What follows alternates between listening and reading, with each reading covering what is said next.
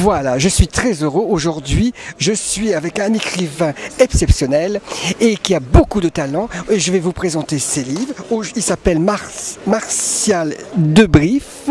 J'espère que je n'ai pas écorché son prénom. Et c'est un auteur exemplaire. Je vais déjà vous présenter ce livre. Bonjour. Bonjour. Alors effectivement, oui, je suis spécialiste du XVIIe et du XVIIIe siècle, plus particulièrement du début du règne de Louis XIV à la fin du règne de Louis XVI. Et j'ai effectivement écrit un livre sur Madame Élisabeth, la sœur de Louis XVI.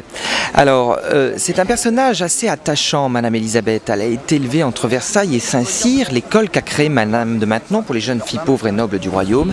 Et c'est à Saint-Cyr qu'elle découvre sa foi, une foi qu'elle va mettre au service des autres dans sa demeure de Montreuil, avenue de Paris à Versailles.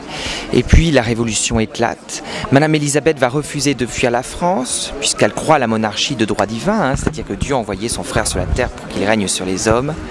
Et elle ne va plus quitter le couple royal. Pendant des années, elle va être à leur côté, pendant toutes les difficultés que va rencontrer le couple royal pendant la Révolution française, eh bien, elle va suivre le mouvement.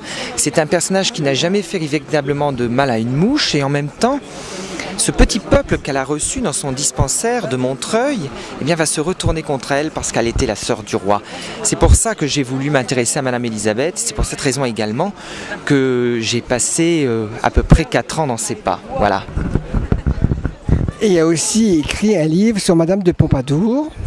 C'est ça? Oui. Madame de Pompadour. Madame de Pompadour, Charlotte Corday, Ninon Glancelot, la Duchesse de Bourgogne. Et puis j'ai écrit également un roman, Le secret de la Villa Marianne, qui a été le coup de cœur d'Anna Gavalda. Qu'est-ce qu'on peut dire moi je suis passionné de l'histoire de France, je suis amoureux de l'histoire de France, je connais bien la période de Marie-Antoinette, Louis XVI et puis Madame Élisabeth et Madame de Lamballe, etc. Et c'est très émouvant quand on retrouve tous ces documents, ces archives et tout. Et on a Madame Élisabeth, c'était une femme exceptionnelle qui était très croyante, qui a sacrifié sa vie pour son frère, qui a aimé son frère, qui a aimé aussi la reine Marie-Antoinette. Ah oui, complètement en fait. Madame Élisabeth se sacrifie pour le couple royal. Elle se sacrifie pour la France. Elle est persuadée de toute façon que son rôle c'est d'être là, d'être présente pour son frère et pour les petits également, Madame Royale, le petit dauphin.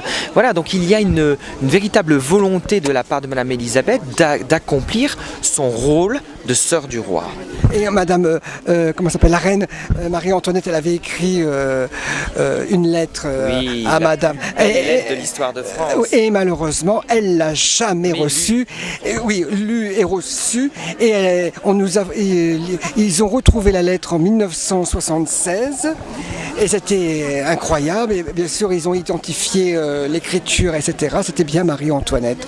Alors, cette lettre, je l'ai donnée en entier dans le livre de Madame Élisabeth, parce que souvent elle est coupée.